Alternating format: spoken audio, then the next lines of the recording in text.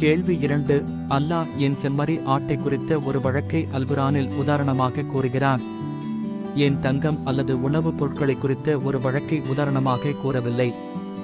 பதில்: ஆம், பண்டைய காலத்தில் தங்கமும் இலகுவில் அழுகிப் போகாத உணவுப் பண்டங்களும் பரிவர்த்தனைக்காக பணமாக பயன்பட்டவைதான். ஆனால் அல்லாஹ் இங்கு செம்மறி ஆட்டை உதாரணமாக கூறுவதன் மூலம் அவனின் ஹிகமத்தின் பிரம்மாண்டத்தை புரிந்து கொள்ள முடிகிறது. தங்கம் அல்லது வெள்ளி வெறும் செல்வத்தின் பெறுமதியை மட்டுமே பிரதிபலிக்கிறது. அதாவது தங்கம் இல்லாவிட்டால் உணவை கொண்டு உயிர் வாழலாம்.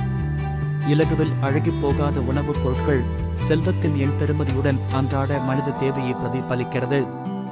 அதாவது தங்கமும் உணவுப் பொருட்களும் இல்லாவிட்டால் கால்நடைகளின் பால் அல்லது இறைச்சியைக் கொண்டு உயிர் வாழலாம்.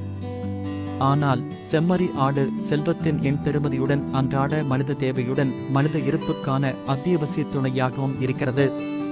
அதாவது இது மனித இருப்பின் அடிப்படை அடையாளமாகும், தன்மானத்துடனான மனித வாழ்க்கையின் கடைசி விளிம்பாகும். ஆகவேதான் அல்லாஹ் இங்கு மற்ற வளங்களை குறிப்பிடாமல் ஒரு கால்நடையான செம்மறி ஆட்டை குறிப்பிடுகிறான். கேள்வி 3.